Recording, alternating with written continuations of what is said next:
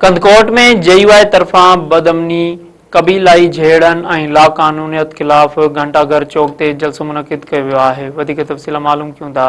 Mehran TV जे reporter Ghulam Rasool Mirani Khan. जी गुलाम रसूल, वधीक कहिड़ा तफ़सील आहिनि? जी बिल्कुल ही कंदकोट में जमियत उलमा इस्लाम तरफा बदअमनी कबीलाई झेड़न ऐं लाक़ानूनियत ख़िलाफ़ जेको आहे घंटाघर चौक ते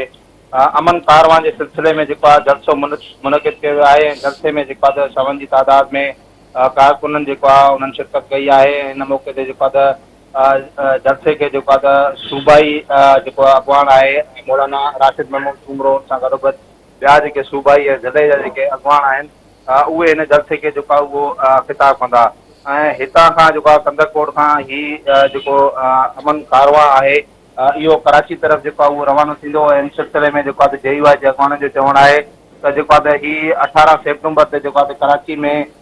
जेको आहे ही अमन कारवां जेको आहे उहो दाख़िल थींदो ऐं हिन जेको आहे जेको अॻवानी आहे उहो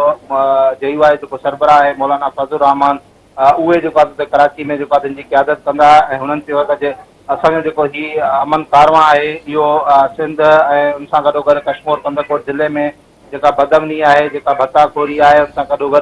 जेके कबीलाई झेड़ा आहिनि उन सां गॾोगॾु जेके लाक़ानूनियत आहे ऐं उन ख़िलाफ़ु जेको आहे हीअ असांजो अमन कारवां जेको आहे कंदरकोट खां शुरू थिए पियो जेको मुख़्तलिफ़ ज़िलनि खां थींदे पहुचंदो 18 सेप्टेम्बर ते कराची में जंहिंखे जेको आहे जेयूआई जेको सरबराह आहे मौलाना फज़लुर रहमान उहे हिन जलसे खे जेको आहे कराची में ख़िताब कंदा। हुननि जो चवणु आहे त हीउ जेको अमन कारवां आहे उहो अॼु खां कंदरकोट खां शुरू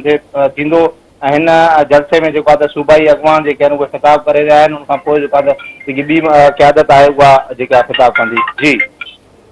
गुलाम रसूल, महिरबानी।